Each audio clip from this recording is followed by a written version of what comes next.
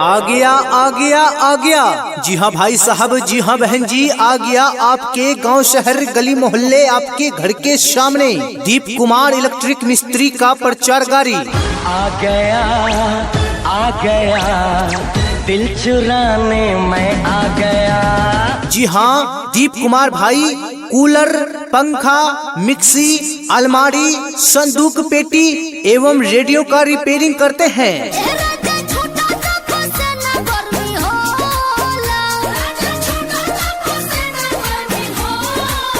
तो जी हाँ भाई साहब, अगर आपके घर में भी कूलर, पंखा, मिक्सी, अलमारी, संदूक पेटी एवं रेडियो खराब हो तो अभी संपर्क करें हमारे दीप कुमार भाई से, जो कि आपके गली मोहल्ले में अभी प्रचार गाड़ी के साथ घूम रहे हैं।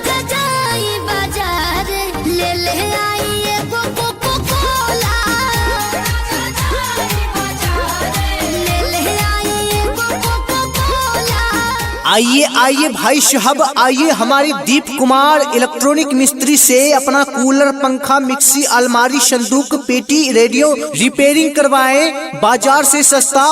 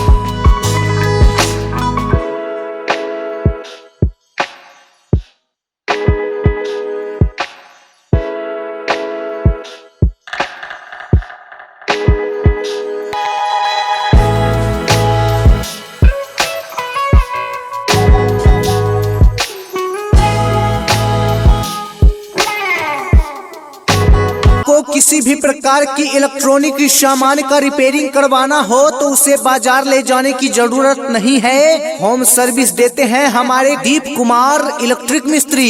राजा हो हमारा कूलर लगा हवाई रे देता हो ना। हे राजा हो हमारा कूलर लगा हवाई रे देता हो ना। जी हाँ, अभी संपर्क करें हमारे दीप कुमार भाई से और अपना घर में कूलर, पंखा, मिक्सी, अलमारी, संदूक, पेटी, रेडियो इत्यादि खराब हो तो अभी अपने घर बैठे रिपेयरिंग करवाएं, वो भी बाजार से सस्ता कम खर्च पर।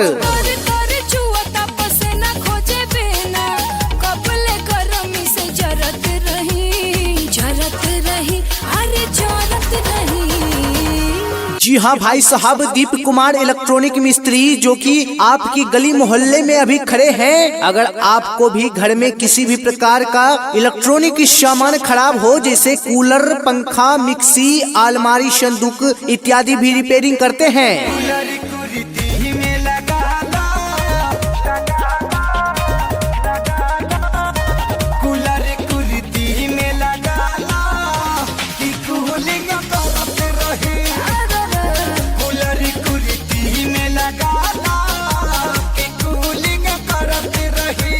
जी हाँ भाई साहब, हमारे दीप कुमार भाई साहब का मोबाइल नंबर है 88 17 31 67 44।